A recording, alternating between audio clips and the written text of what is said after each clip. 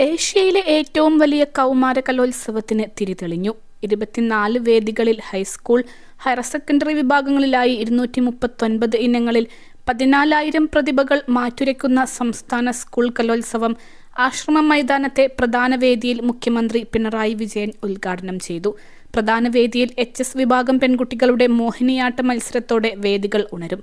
വൈവിധ്യങ്ങളെ പ്രോത്സാഹിപ്പിക്കണം എന്നും കുട്ടികളിൽ കലുഷിതമായ മത്സരബുദ്ധി വളർത്തരുത് എന്നും മുഖ്യമന്ത്രി പിണറായി വിജയൻ പറഞ്ഞു. ഗോത്രകലകൾ അടുത്ത വർഷം മുതൽ മത്സര ഇനമാക്കുമെന്നും മുഖ്യമന്ത്രി പ്രഖ്യാപിച്ചു.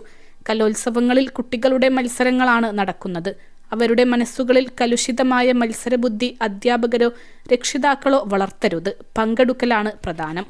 ഇത്തരം കലോത്സവങ്ങൾ ഊർജിതമാക്കി മുന്നോട്ടു പോകണം, മുഖ്യമന്ത്രി പറഞ്ഞു.